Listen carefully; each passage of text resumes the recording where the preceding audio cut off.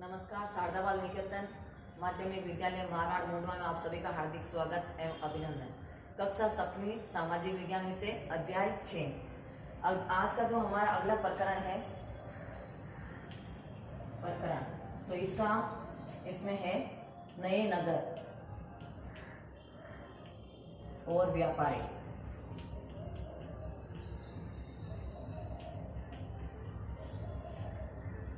इसमें यह बताया गया है कि नए नगर और व्यापारी, तो इसमें व्यापारियों के द्वारा जो नए नगर बसाए गए थे उसके बारे में।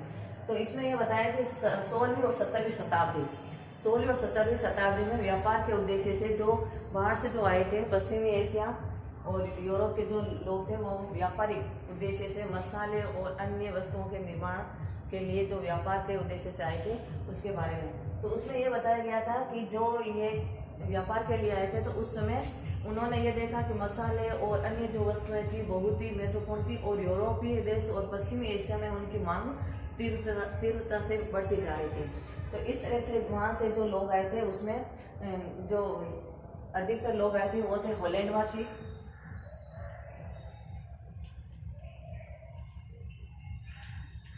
हॉलैंडवासी, फ्रांसीसी,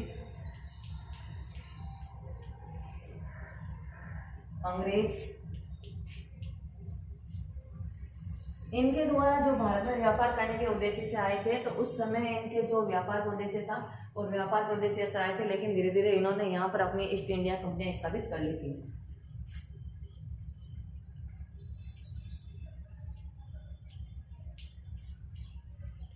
ईस्ट इंडिया कंपनी उन्होंने अपने यहाँ स्थापित कर ली थी। लेकिन उस समय हमारे यहाँ भारत में भी कुछ ऐसे जो व्यापारी थे, बड़े व्यापारी थे, जिनके पास में अधिक बड़ी संख्या में जहाज थे। तो उसमें जो 2 व्यापारियों के नाम हमारी पुस्तक में आए हैं, तो वो व्यापारियों के नाम थे अब्दुल गफूर जी, और दूसरा जो नाम है वो है वीर जी वोरा। ये जो 2 व्यापारी थे भारतीय, तो इनके द्वारा जो बताया गया था कि ये व्यापारी अब्दुल गफूर जी और वीर जी वोरा, इनके द्वारा जो ये बताया गया है कि इनके पास में ये भी व्यापारी थे, इनके पास में बड़ी संख्या में जहाज थे और ये इनका मुकाबला कर रहे थे। यानी हॉलैंडवासी, फ्रांसीसी ये जो थे इनका बड़ी संख्या में मुकाबला कर रहे थे। लेकिन इनका मुकाबला करने के लिए जब अंग्रेजों ने देखा कि इनका मुकाबला करें तो इनका दबाने के लिए उन्होंने ये देखा कि उन्होंने इनका मुकाबला दबाने के लिए और अपना नियंत्रण स्थापित करने के लिए इन्होंने नौ शक्ति का प्रयोग कर लिया था।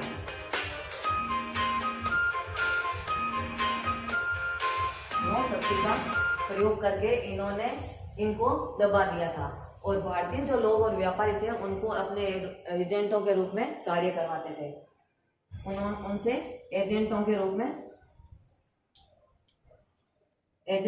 में कार्य करवाते थे। यानी उनको एजेंट बनने के लिए उनको मजबूर कर दिया जाता था भारतीय व्यापारियों को, और वो अंग्रेजों के नियंत्रण में ही काम करते थे। उस समय जब वस्त्रों की बहुत मांग होने लगी थी, जब भारत में वस्त्रों की बहुत मांग होने लग गई थी, तो उस समय वस्त्र जैसी वस्तुओं की मांग तेजी से बढ़ती गई। तो उस समय यहाँ के शिल्पकारों ने देखा और उस समय जो अधिकतर जो कार्य थे वो शिल्पजन थे, वो उस कार्य में लगे थे। तो उसमें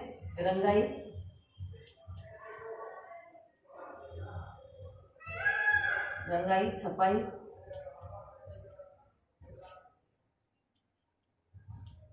बुनाई, कताई, तो इन कार्यों में शिल्पकार लग गए थे और वह सुंदर कलाकृति के साथ में भारतीय वस्त्र जो थे बनाते थे और उसमें रंगाई, छपाई, बुनाई, कताई ये सारी बहुत ही सुंदरता से किया जाता था। तो भारतीय वस्त्रों की मांग और बढ़ने लगी थी। लेकिन जब मशीनों के द्वारा माल तैयार करके, अंग्रेजों के द्वारा जो मशीनों के द्वारा जो माल तैयार करके लाया जाता था मार्केट में, सस्ता माल, उसके सामने ये माल नहीं टिक पाया था और उस समय जो शिल्पजन थे वो अधिकतर बेरोजगारों की श्रेणी में आ गए थे। लेकिन उस समय कुछ ऐसे भी शिल्पकार थे जो उस समय परिवर्तन धीरे धीरे आते गए थे। उस समय जो शिल्पकार थे तो उनकी स्वतंत्रता धीरे धीरे कम होती गई थी और उस समय जो स्वतंत्रता कम होती गई थी उसका कारण था पेशगी।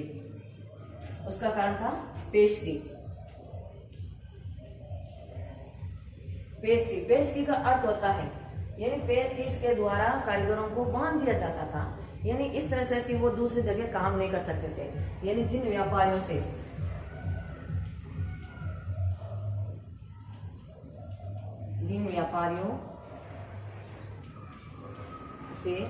पहले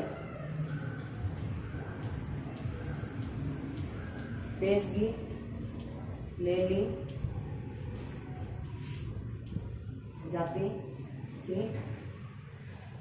तो बाद में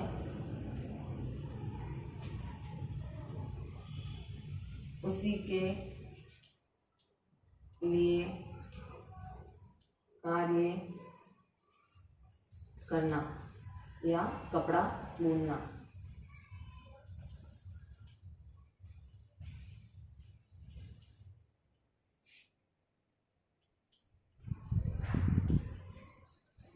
पेशगी का मतलब होता है जिन व्यापारियों से पहले पेशगी ले ली जाती थी, तो बाद में उसी के लिए कार्य करना या कपड़ा बुनना पड़ता था।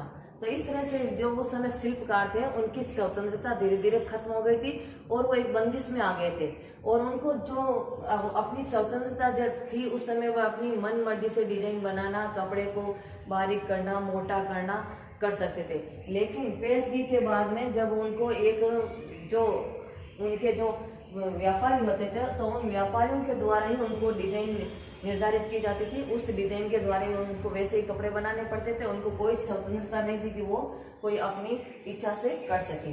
तो इस तरह से ये उस समय कार्य किया जाता था।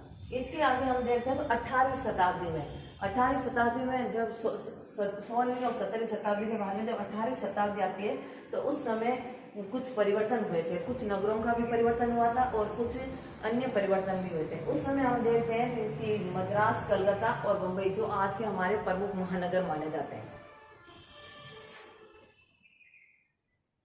बम्बई, कलकत्ता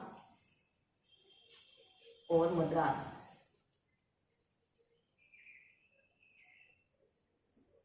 जो आज के हमारे प्रमुख महानगर माने जाते हैं। उस समय कुछ शिल्पकार जो थे तो यहाँ पर भी कार्य किया जाता था, काफी परिवर्तन होता था।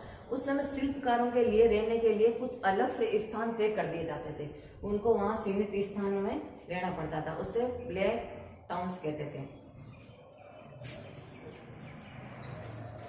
ब्लैक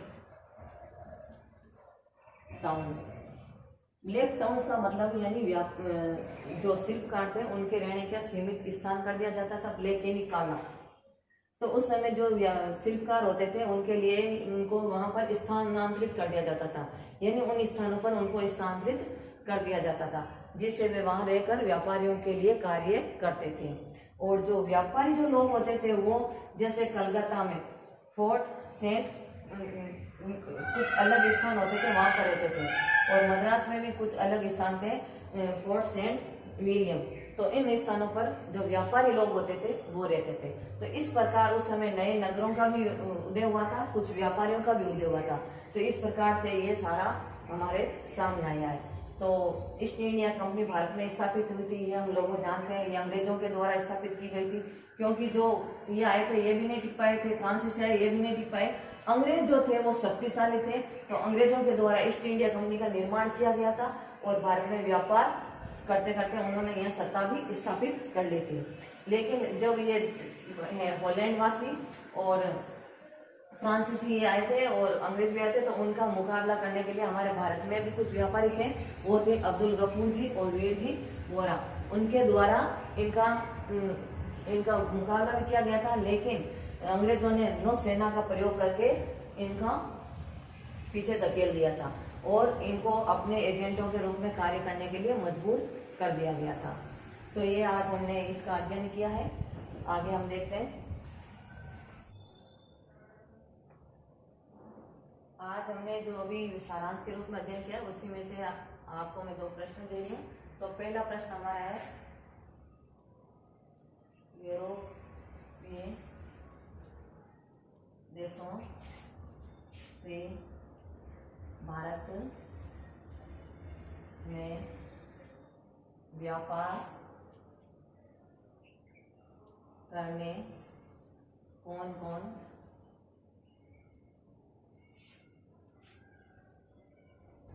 आए थे। दूसरा जो प्रश्न हमारा है वो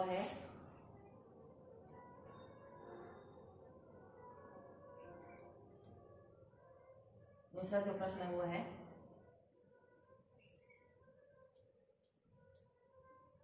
यूरोपीय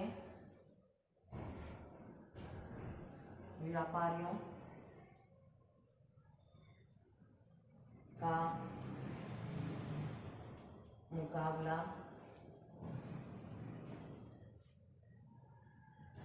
भारत के किन व्यापारियों ने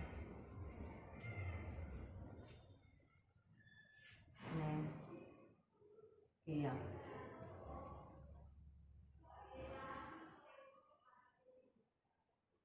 ये दो प्रश्न है, यूरोपीय देशों से भारत में व्यापार करने कौन कौन आए थे। दूसरा जो हमारा प्रश्न है, यूरोपीय व्यापारियों का मुकाबला भारत के किन व्यापारियों ने किया था। अभी हमने सारांश के रूप में अध्ययन किया है पाठ का, तो उसमें कुछ नाम भी आए, तो आपको ध्यान में होगा। तो इन प्रश्नों के उत्तर दें। धन्यवाद।